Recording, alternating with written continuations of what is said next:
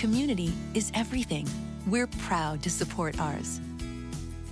Through partnerships with fellow community leaders and organizations, we're helping our neighbors access essential resources and services so we can all thrive. Learn more at bofA.com/community. We have a very important birthday to celebrate right now. Our dear friend Devin Scillian is celebrating his birthday with us. I tried very hard to line up an 1,100-person spanking row. My head of HR said that was probably not the best idea. So, will you please join me in singing Happy Birthday to our friend Devin Scillian? Happy birthday to you. Happy birthday to you. Happy birthday, dear Devin. Happy birthday to you. That is very kind. Thank you. Thank you all. And happy birthday. Thank you, my friend. Really appreciate that. Thank you all. It's great to be here. It was snowing on the day that I was born, how many ever years ago, by the way, so it's kind of fitting. I'm really tickled. We have spent so much time on my Sunday morning program now focused on this issue, and I'm really excited. This is such an important piece of getting all this right. But before we get into infrastructure and placemaking, I wanted to let each of you, because you were all so intimately involved in creating this plan and this set of recommendations, I'm really curious about what your reaction has been to the reaction since, it was really funny. I told John Ricolta and Shirley Stancato, before the report even came out, I was reading on Twitter about tax increases. Where did that come? Just the anticipation of it and people reading into it what they will. But let each of you talk a little bit about what you think the reaction has been, what's been encouraging, maybe what's troubled you. Let me start with you, Linda. Sure. Well, thank you for the opportunity to be here, and happy birthday, Devin. Thank you.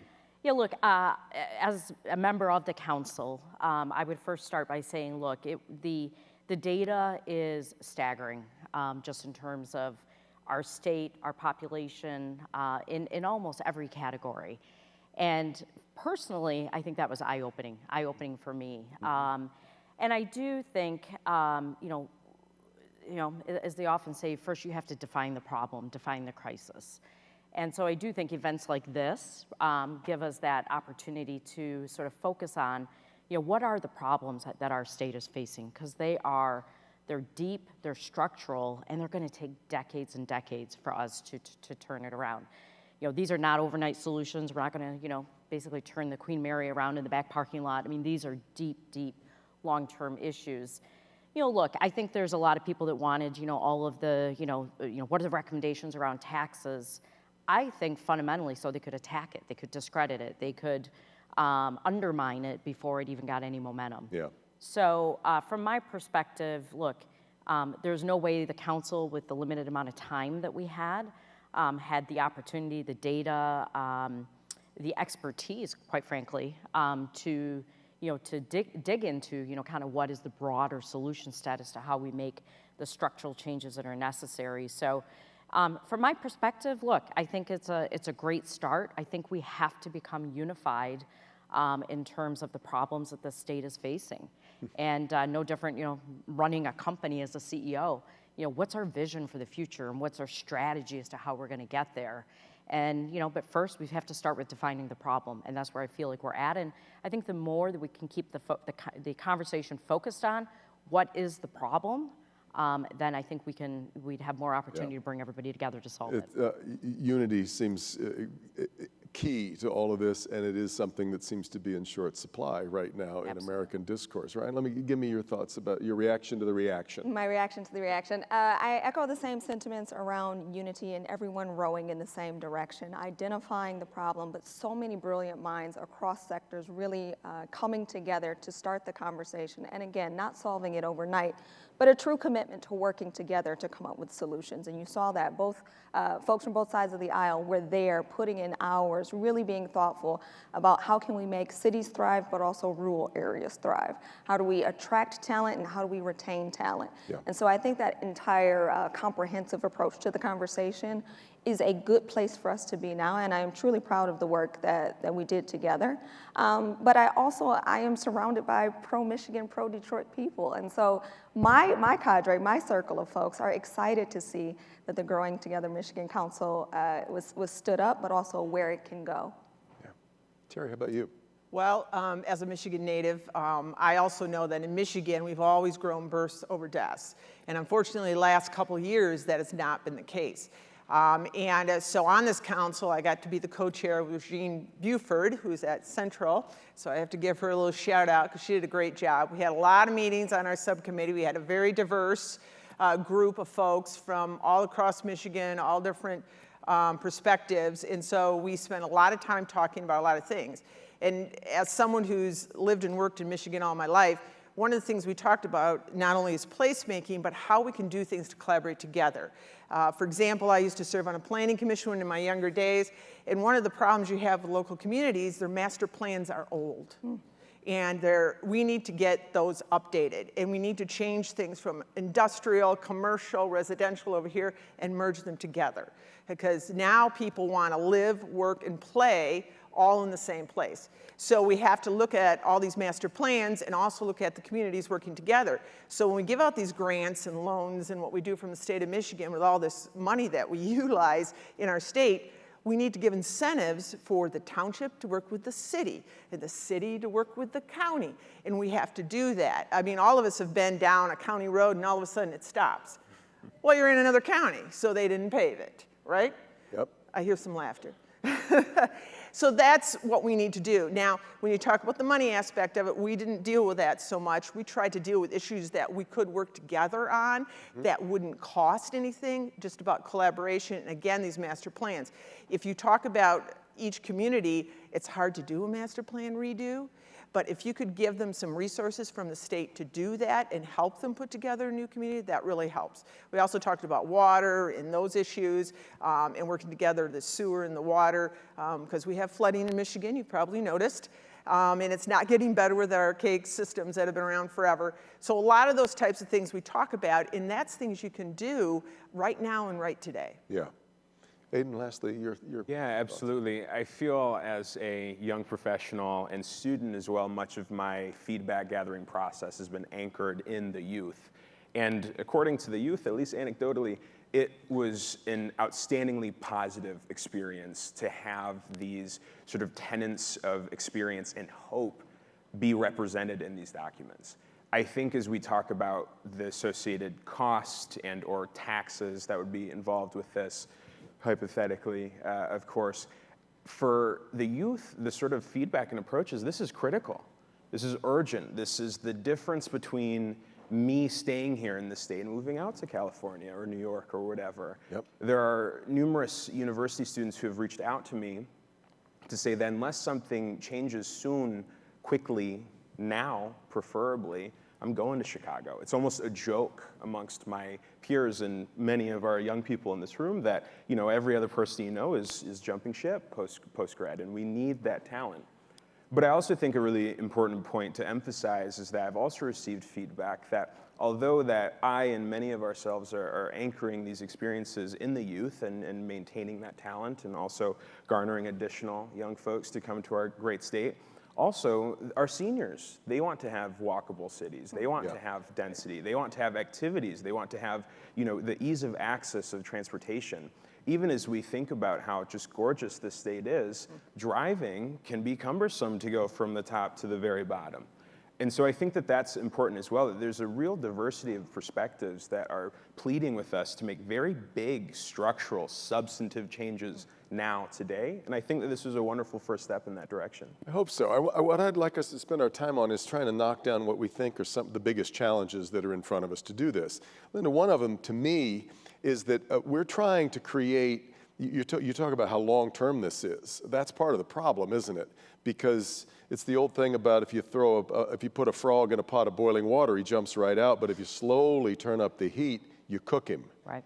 He doesn't jump out in time. And so by telling us, well, this is going to take a long time, we lose our sense of urgency and immediacy about getting, and we also can kind of develop a, well, that's just never going to happen. That's so long away, so far from now, right? There's a fatalism that kicks in that we have to fight. Yeah, absolutely. I mean, everybody wants quick wins, right? Or political points or political expediency, what it might be. But, you know, I'm the CEO of a business that's an infrastructure business. We own, maintain, manage the high voltage electric transmission grid across 7 states. When we acquired the assets, they were 3rd, 4th quartile performers in the whole industry across the country.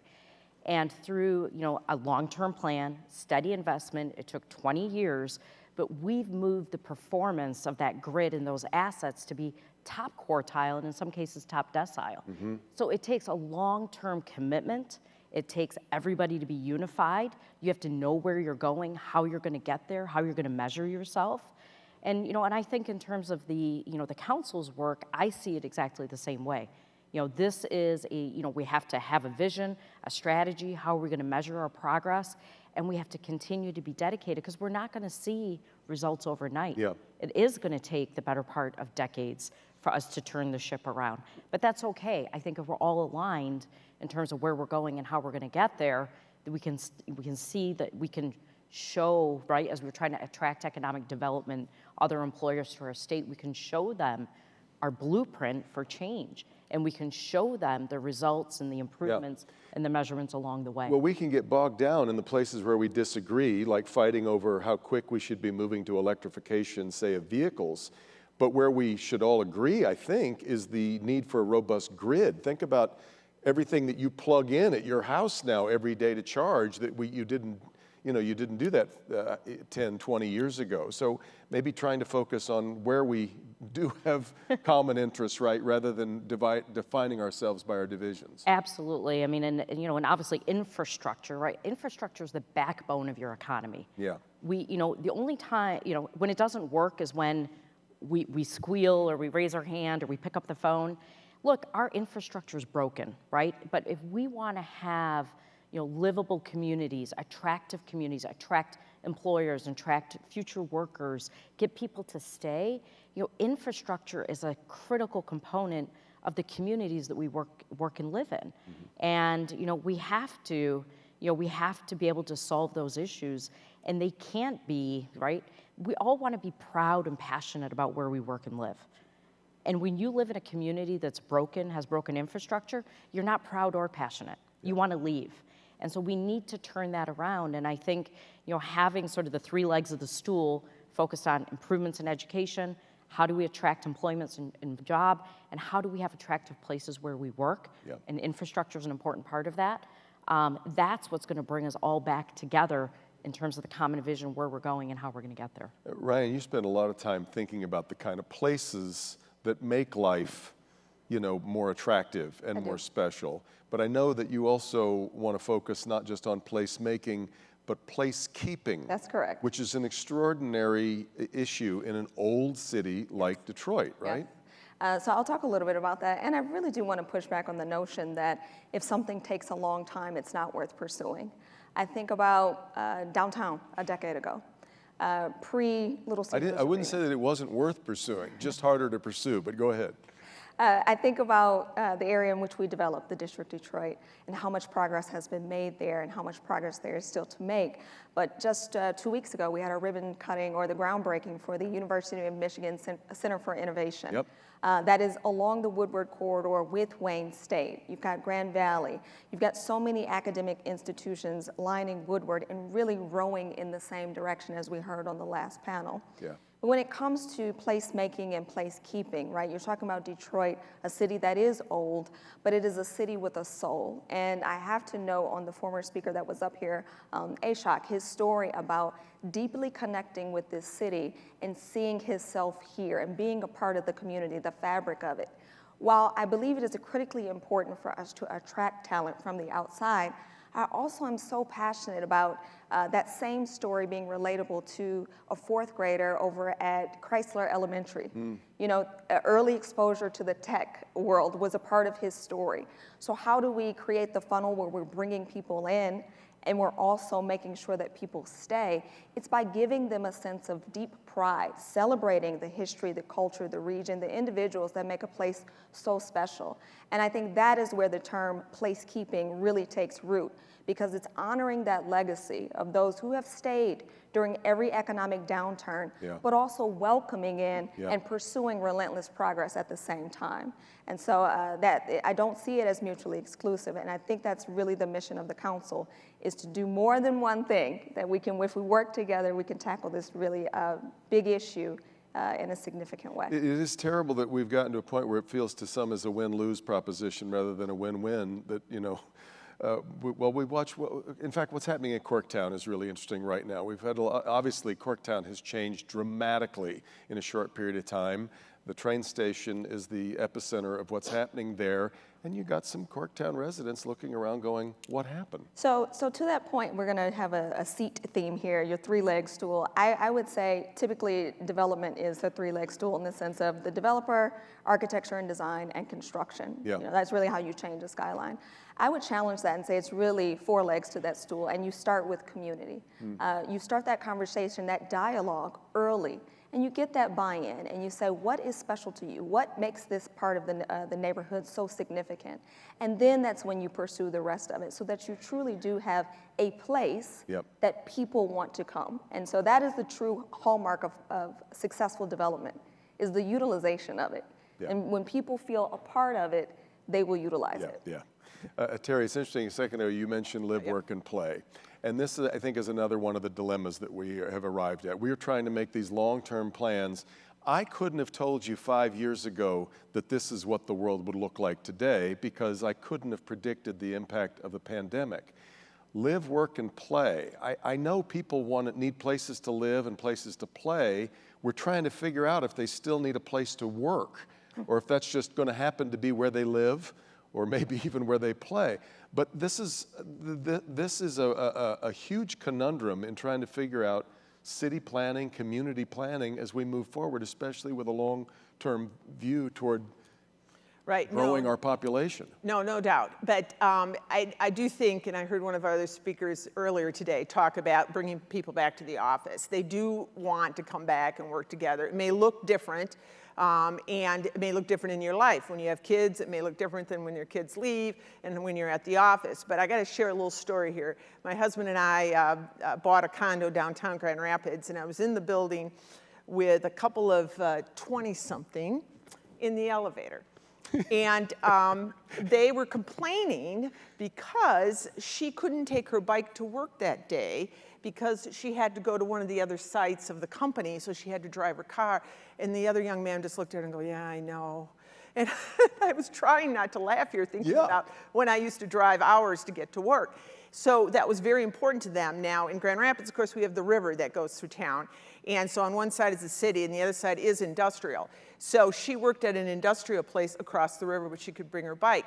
So they do want to participate. They do want to be part of the office. I do think that's still going to be part of what work is.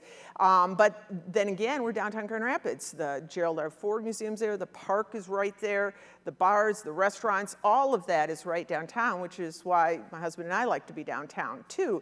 But that's what we got to do, though, is work it for everyone to have that opportunity. And right now, as I mentioned earlier, if you've zoned it industrial, you can't put an apartment complex there. Well, that's one of the things we talked about is living. They want to live by the industrial. Who would have thought we would, in our day, we would live in a little suburban plat somewhere, right? We would never live next to a factory, but she liked living, the young lady in my elevator, liked living right next to the factory and taking her bike to work. So those are the kind of things that the communities have to look at. And when you look at planning commissions and zoning commissions around the state, they look a little older, and one of the things that we've got to do is get those folks to understand that that's not really how the future is going to go. It has to be more collaborative and working together so you can do all of that. It was one of the criticisms originally about the council, was that it wasn't built around young people, if that's who we want to attract, and we didn't have enough. How did you take that criticism, and how did you feel like the progress went toward that?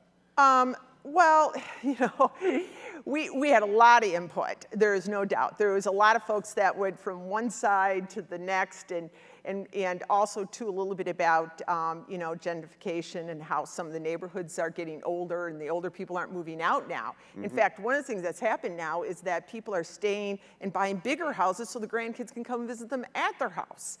You know, so instead of having this turnover in the community, it's that. So there's just lots of ways to look at this and how that goes, but I think the biggest thing is that we've all talked about is you got to be flexible, and we got to look at new ways of doing that and keeping that here. And again, that's not a money issue. That's more about just taking a different look at how you plan, how you put your communities together, how you have the transportation close, you know, how do you get to the end as a university on Wayne State Board, you know, how you have universities interact with the communities too. All of that's important. Yeah, yeah. And Terry mentioned that, you know, and I hear this a lot from managers and business owners who really do want everybody back in person. However, as the father of 4 millennials, I'm not sure how much the workforce wants to be back. What do you and your friends feel about remote work and being there in place? Sure. Well, go ahead. Yeah. Oh, I was just going to say the million-dollar question. You know, obviously we have to each their own, but I think that as we talk about remote work, it has to remain in place. I think that we are in a position in which the fundamental needs of the worker are changing. You know, during the pandemic, it was nothing for a parent to jet out, pick up their kids, and go right back to, you know, their home office and input in that meeting. But also, I think about the physical space in which we occupy. I like going into the office. I'll be the one to say it. However, my office is in a very enjoyable place to be. There's a barista, right?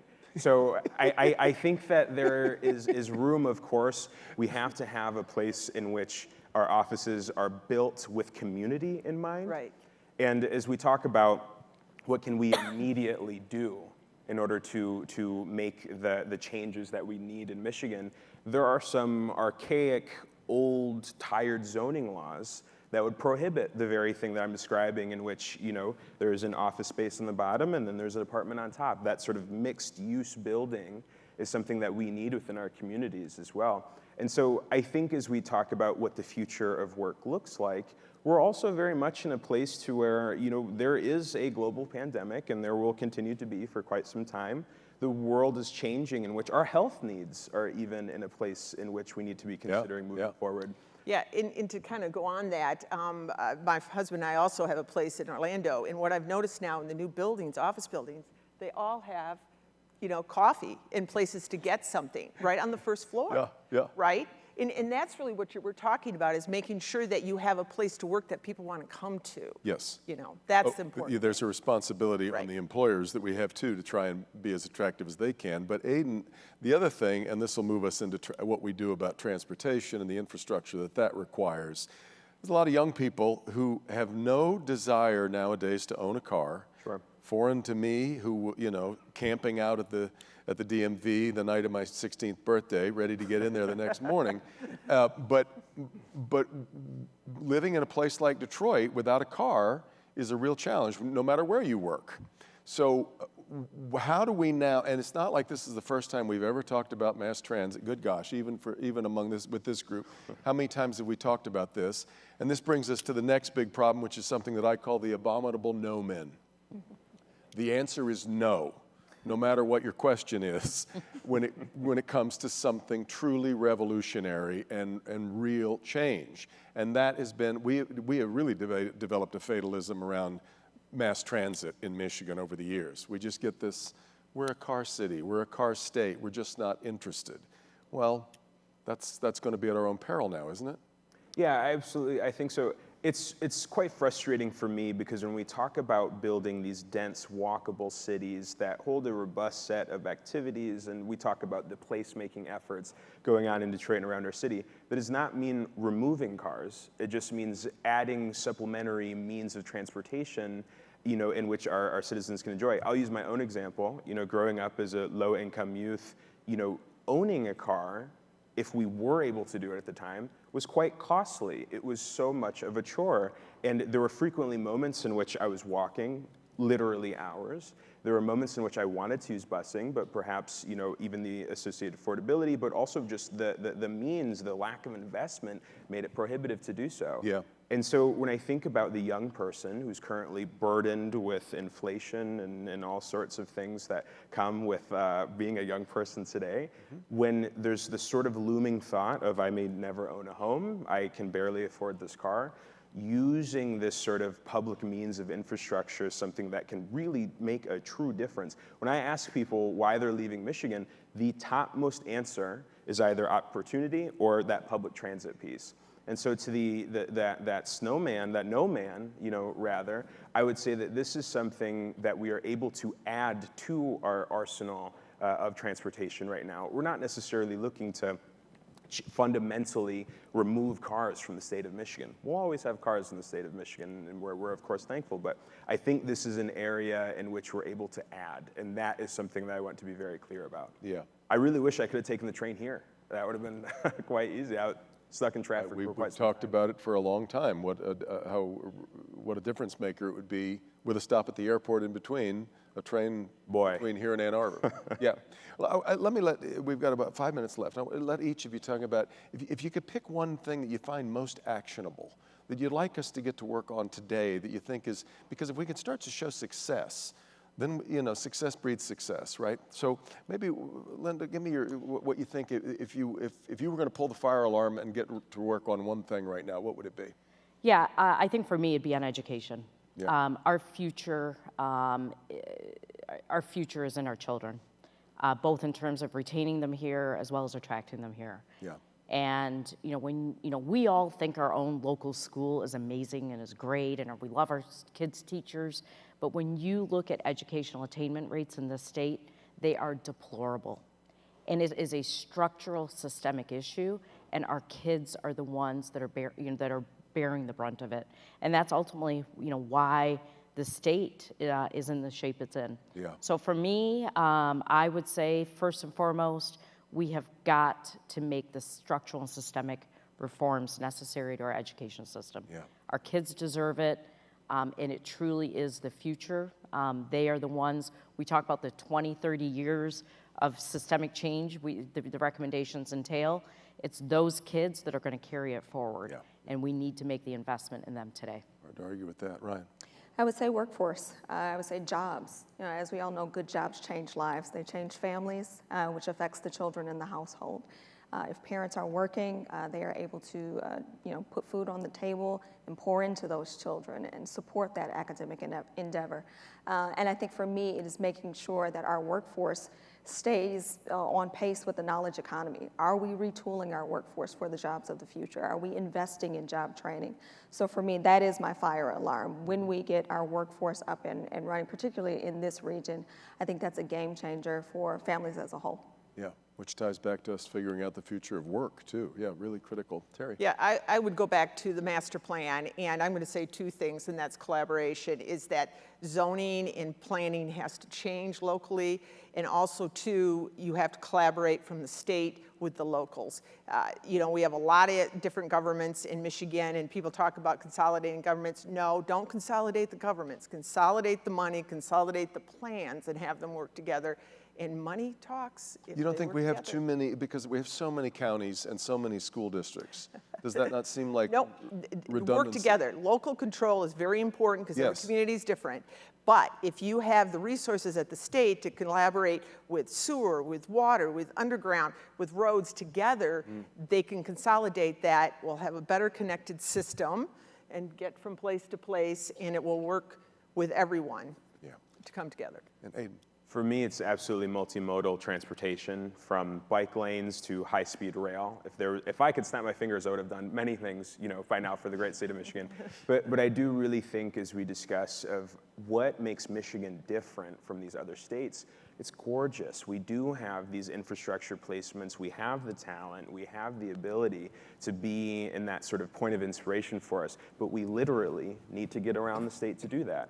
And I think not only is this a point of equity, I think that this is a point of really opening up access, as well as combating the impending sort of climate crisis. Well, we talk about not being able to compete with the people that are chasing the sun and going to warmer places. The people you're talking about are not necessarily picking warm places to go, right? If you're talking about Chicago or...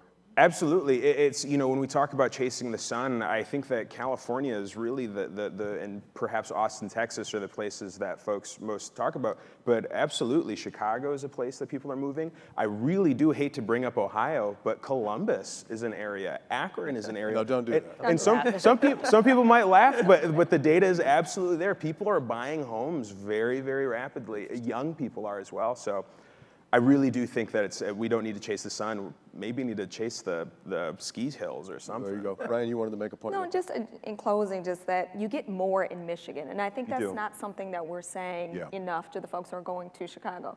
You want to talk about square footage for your first apartment. I guarantee you get more in Michigan. I think about our diversity of our landscapes, to what you're talking about, how gorgeous it is. You get more. You get 4 seasons in Michigan. And I think that we need to really market that, right? Like as a young person, you can be in a leadership position or have a board seat early on. If you have agency about you, the entrepreneurial spirit, which there's plenty of in Detroit, you can get more in Michigan. And I think that we need to tell that story over and over again. And when people are doing that cost-benefit analysis moving out of the state, how do we really make that top of mind? How much more of a quality of life that you get by staying here? Aiden, Terry, Ryan, Linda. Amen. Yep, thanks so much for a great conversation. How about a round of applause for our panel? Thank you, everyone. Thanks, gang. Thank you. Community is everything. We're proud to support ours. Through partnerships with fellow community leaders and organizations, we're helping our neighbors access essential resources and services so we can all thrive. Learn more at bofA.com/community.